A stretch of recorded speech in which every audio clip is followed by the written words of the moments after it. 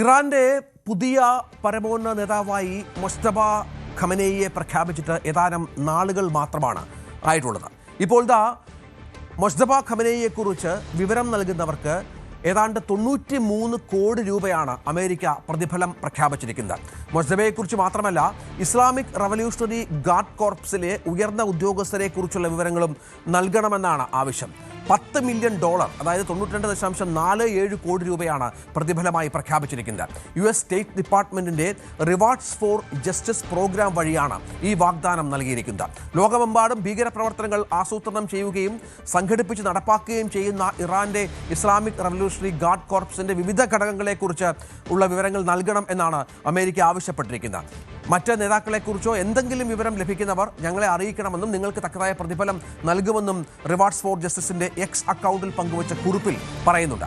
ഈ പോസ്റ്റിൽ ഇറാന്റെ പരമോന്നതാവ് മുസ്തഫ ഖമനേയി, പരമോന്നതാവിന്റെ deputy chief of staff Ali Asghar Hejazi, Iranian സുരക്ഷാ മേധാവി അലി ലാരിജാനി എന്നിവരുടെ ചിത്രങ്ങളും ഉൾപ്പെടുത്തിയിട്ടുണ്ട് എന്നുള്ളതാണ് ഏറ്റവും പ്രധാനപ്പെട്ട വിവരം. അതേസമയം ഈ ചിത്രങ്ങൾ ലഭ്യമല്ലാത്ത നേതാക്കളുടെ പേരുകളും വിവരങ്ങളും പോസ്റ്റിൽ ഉൾപ്പെടുത്തിയാണ് ഇത്തരമൊരു നീക്കം അമേരിക്കയുടെ ഭാഗത്ത് നിന്ന് ഉണ്ടാകുന്നത് എന്നത് നിർണായകമാണ്.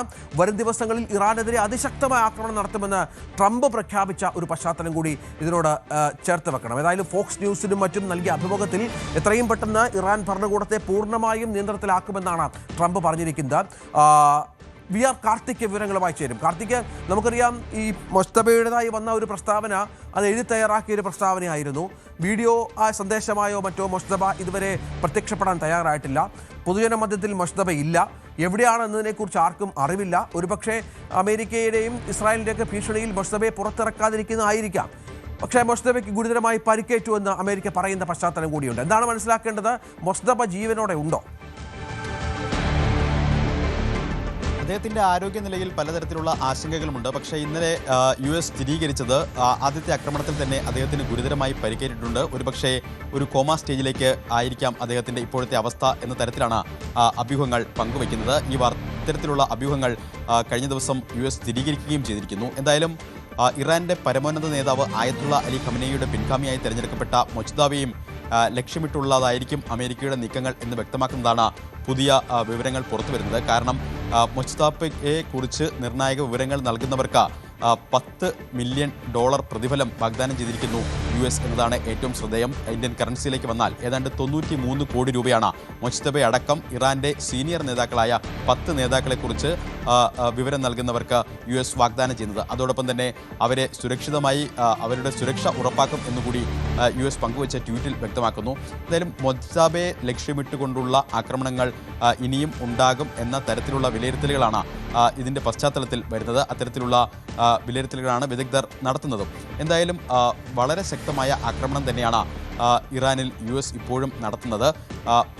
കഴിഞ്ഞ ദിവസങ്ങളെ അപേക്ഷിച്ച് അതിൻ്റെ യുദ്ധമുറയിൽ ചെറിയ മാറ്റങ്ങൾ വന്നിരിക്കുന്നു എന്നതാണ് ഏറ്റവും ശ്രദ്ധേയം. ഹോർമൂസ് കടലിടുക്ക് ആയിരുന്നു ഈ യുദ്ധത്തിൻ്റെ ഒരു ഘട്ടത്തിന് ശേഷം ഏറ്റവും ശ്രദ്ധാകേന്ദ്രം. തീർച്ചയായും കാർത്തിക്, അതിലേക്ക് വരാം. ഇറാന്റെ പുതുതായി തെരഞ്ഞെടുക്കപ്പെട്ട പരമോന്നതാവ് മുസ്തഫ ഖമനേയിക്ക് പരിക്കേൽക്കുകയോ ശരീരം തിരിച്ചറിയാനാകാത്ത വിധത്തിൽ രൂപമാറ്റം വരികയോ ചെയ്തിട്ടുണ്ടെന്നാണ് US പ്രതിരോധ സെക്രട്ടറി പീറ്റ് ഹെക്സത്ത് വ്യക്തമാക്കിയത്. US ഇസ്രായേൽ സംയുക്ത ആക്രമണം തുടരുന്ന പശ്ചാത്തലത്തിൽ ഇറാന്റെ നേതൃത്വം ഒളിവിൽ പോയെന്നാണ് ഹെക്സത്ത് പരിഹസിക്കുന്നത്. വ്യോമാക്രമണത്തിൽ മുസ്തഫയ്ക്ക് ഗുരുതരമായി പരിക്കേറ്റു.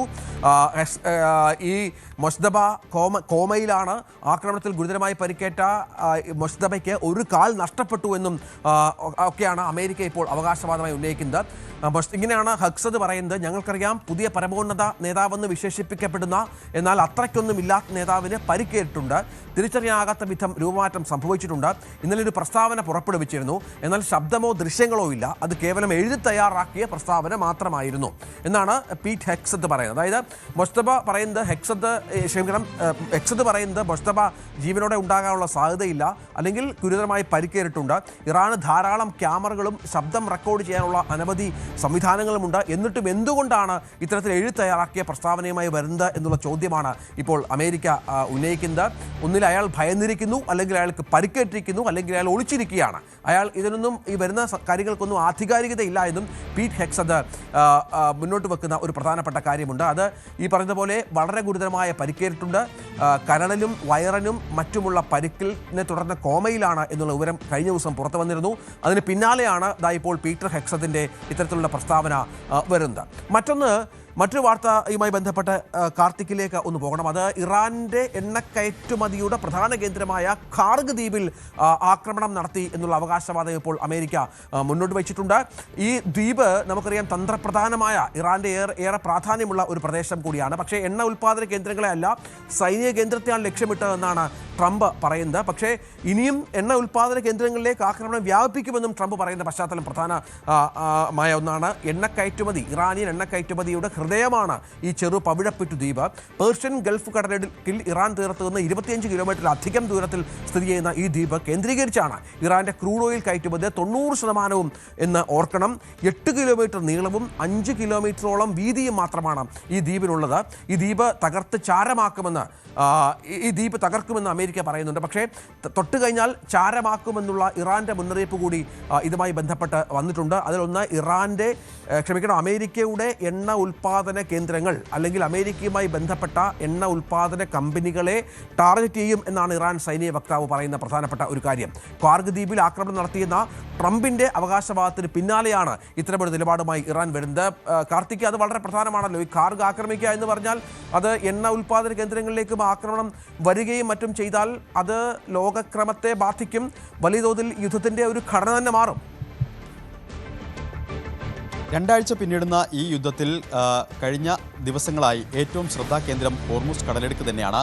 ലോകത്തിലെ തന്നെ 20% ഊർജം ഈ ജലപാതയിലൂടെയാണ് കടന്നു പോകുന്നത്. ആ ജലപാത ഇപ്പോൾ സ്തംഭിച്ചിരിക്കുന്നു. സ്വാഭാവികമായും ഇതിനോടകം പുറത്തു വന്ന റിപ്പോർട്ടുകൾ അനുസരിച്ച് ഏതാണ്ട് 16 കപ്പലുകളാണ് ഹോർമുസ് കടലിടുക്കിൽ മാത്രം ആക്രമിക്കപ്പെട്ടത്. ആ പശ്ചാത്തലത്തിലാണ് US-ന്റെ ഇത്തരമൊരു നീക്കത്തെ കാണാൻ. കഴിഞ്ഞ ദിവസങ്ങളിൽ ഇറാൻ ടെഹ്റാൻ കേന്ദ്രീകരിച്ചായിരുന്നു ആക്രമണങ്ങൾ ശക്തമാക്കിയിരുന്നത് എങ്കിൽ കഴിഞ്ഞ ദിവസം ഖാർഗ് ദ്വീപ് കേന്ദ്രീകരിച്ചുകൊണ്ടുള്ള ആക്രമണമാണ് നടത്തിയിരിക്കുന്നത് എന്നാണ് ഏറ്റവും ശ്രദ്ധേയം. ഹോർമുസ് കടലിടുക്കിന് സമീപമാണ് ഇറാന്റെ തന്ത്രപ്രധാനമായ ഈ ദ്വീപ് അറിയപ്പെടുന്നത് തന്നെ ഇറാന്റെ സാമ്പത്തിക നട്ടെല്ല് എന്നാണ്. അതായത് ഇറാന്റെ എണ്ണ കയറ്റുമതിയുടെ ഏതാണ്ട് 90% നടക്കുന്നത് ഈ ദ്വീപിലാണ്. ദിവസേന 7 മില്യൺ ബാരൽ ക്രൂഡാണ് ഇവിടെ നിന്ന് കയറ്റുമതി ചെയ്യുന്നത്. അത്തരത്തിൽ വളരെ തന്ത്രപ്രധാനമായ ഒരു ക്രൂഡ് എക്സ്പോർട്ട് ടെർമിനൽ, അതാണ് ഖാർഗ് ഐലൻഡ്. അവിടെയാണ് US ആക്രമണം നടത്തിയിരിക്കുന്നത് എന്നാണ് ശ്രദ്ധേയം. പക്ഷേ അപ്പോഴും അവിടുത്തെ എണ്ണ കയറ്റുമതി കേന്ദ്രങ്ങളോ അവിടുത്തെ എണ്ണ പാടങ്ങളോ കേന്ദ്രീകരിച്ചുകൊണ്ടുള്ള ആക്രമണം ഉണ്ടായിട്ടില്ല. മറിച്ച് അവിടുത്തെ സൈനിക കേന്ദ്രങ്ങൾ, ഇറാന്റെ സൈനിക കേന്ദ്രങ്ങൾ ആണ് ആക്രമിച്ചത്. ഏതാണ്ട് 15 എക്സ്പ്ലോഷൻസ് ഉണ്ടായി എന്നാണ് CNN റിപ്പോർട്ട് ചെയ്യുന്നത്. അത് ഒരു ഹെലികോപ്റ്റർ ഹാങ്ങറും അതോടൊപ്പം തന്നെ അവിടെ തന്നെയുള്ളൊരു ഒരു എയർപോർട്ടിൻ്റെ സീ ബേസ് ഉണ്ട്.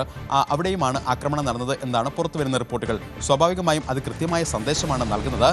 എണ്ണപ്പാടങ്ങൾ ആക്രമിച്ചില്ല, മറിച്ച് ഇറാന്റെ സൈനിക കേന്ദ്രങ്ങൾ, ഈ ഖാർഗ് ദ്വീപിലെ സൈനിക കേന്ദ്രങ്ങൾ ആക്രമിക്കുന്നു. അതായത് ഈ ഖാർഗ് ദ്വീപ് ആക്രമിക്കാനും മടിക്കില്ല. ഒരുപക്ഷെ എണ്ണ കേന്ദ്രങ്ങൾ ലക്ഷ്യമിട്ടുകൊണ്ടുള്ള ആക്രമണങ്ങൾ ഉണ്ടാകുമെന്ന സൂചനയാണ് അമേരിക്ക നൽകുന്നത്. പക്ഷേ അപ്പോഴും ഈ സ്ഫോടനത്തിന് ശേഷം വളരെ ശക്തമായി തന്നെ ഇപ്പോൾ ഇറാന്റെ ഭാഗത്ത് നിന്ന് പ്രതികരണങ്ങൾ ഉണ്ടായിരിക്കുന്നു.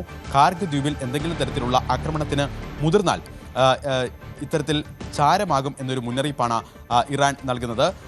ഈ എണ്ണ ഉൽപ്പാദന കേന്ദ്രങ്ങൾ ചാരമാകും എന്നൊരു മുന്നറിയിപ്പാണ് ഇറാൻ നൽകുന്നത്. അതായത് സ്വാഭാവികമായും മിഡിൽ ഈസ്റ്റ് കേന്ദ്രീകരിച്ച് മറ്റ് രാജ്യങ്ങൾ കേന്ദ്രീകരിച്ചുകൊണ്ടുള്ള US-ന്റെ സൈനിക കേന്ദ്രങ്ങൾക്ക് നേരെയും അതോടൊപ്പം തന്നെ അവിടുത്തെ ഊർജ്ജ കേന്ദ്രങ്ങൾക്ക് ലക്ഷ്യമാക്കിയുമായിരുന്നു കഴിഞ്ഞ ദിവസങ്ങളിൽ ഇറാന്റെ ആക്രമണം. ആ ആക്രമണം കടുപ്പിക്കുമെന്ന സൂചനയാണ് ഇറാന്റെ ഈ വാക്കുകളിൽ വ്യക്തമാകുന്നത്. സ്വാഭാവികമായും ഒരു വർഷം ഏതാണ്ട് 950 മില്യൺ ബാരൽ ക്രൂഡ് എക്സ്പോർട്ട് ചെയ്യുന്ന ഒരു ടെർമിനലാണ്. ഇറാന്റെ തന്ത്രപ്രധാന സ്ഥാനമാണ്. എപ്പോഴാണ് ഈ ആക്രമണത്തിലേക്ക് US കടന്നത് എന്നതുകൂടി നമ്മൾ വായിക്കെടുക്കേണ്ടതുണ്ട്. കാരണം US പെട്രോ ഡോളറിലാണ് ഈ എണ്ണ വ്യാപാരം നടക്കുന്നത്. കഴിഞ്ഞ ദിവസം ഇറാന്റെ ഭാഗത്തു നിന്ന് ചില പ്രതികരണങ്ങൾ ഉണ്ടായിരുന്നു. ചില നേതാക്കളെ ഉദ്ധരിച്ചുകൊണ്ട് CNN അടക്കം റിപ്പോർട്ട് ചെയ്തത് ഡോളറിൽ എണ്ണ വ്യാപാരം നടത്തുന്നതിനെതിരെ ഇറാൻ ഒരു നീക്കം ആരംഭിക്കുന്നു. അതായത് അമേരിക്കൻ കറൻസിയായ ഡോളറിന് പകരം ചൈനീസ് കറൻസിയായ യുവാനിൽ വ്യാപാരം നടത്തുന്ന കപ്പലുകളെ ഹോർമുസ് കടലിടുക്കിലൂടെ കടത്തിവിടാൻ ഒരു ആലോചന നടക്കുന്നു. അത്തരത്തിലുള്ള ശ്രമങ്ങൾ ഉണ്ടാകുന്നു. സ്വാഭാവികമായും അതിലേക്കുള്ള തീരുമാനങ്ങളിലേക്ക് ഇറാൻ എത്തുന്നു. ആ പശ്ചാത്തലത്തിൽ കൂടിയാണ് ഈ ഖാർഗ് ദ്വീപിലേക്ക് US നടത്തിയ ആക്രമണത്തെ കാണാൻ.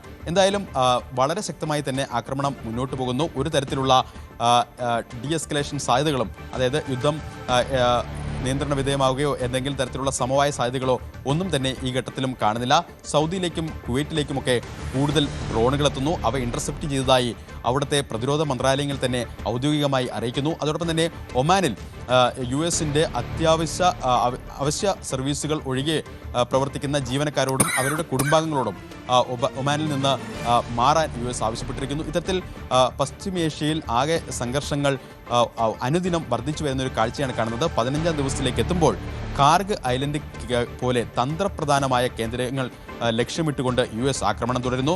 മറിച്ച് സമാനമായ തീരുമാനങ്ങൾ ഇറാനും കൈക്കൊള്ളുന്നു. അതായത് സാമ്പത്തികമായി ഡോളറിനെ ബാധിക്കുന്ന തരത്തിൽ സാമ്പത്തികമായി US-നെ ആക്രമിക്കുക, അത് ലക്ഷ്യമിട്ടുകൊണ്ടുള്ള നീക്കങ്ങൾ ഇറാന്റെ ഭാഗത്തു നിന്നും ഉണ്ടാകുന്നു.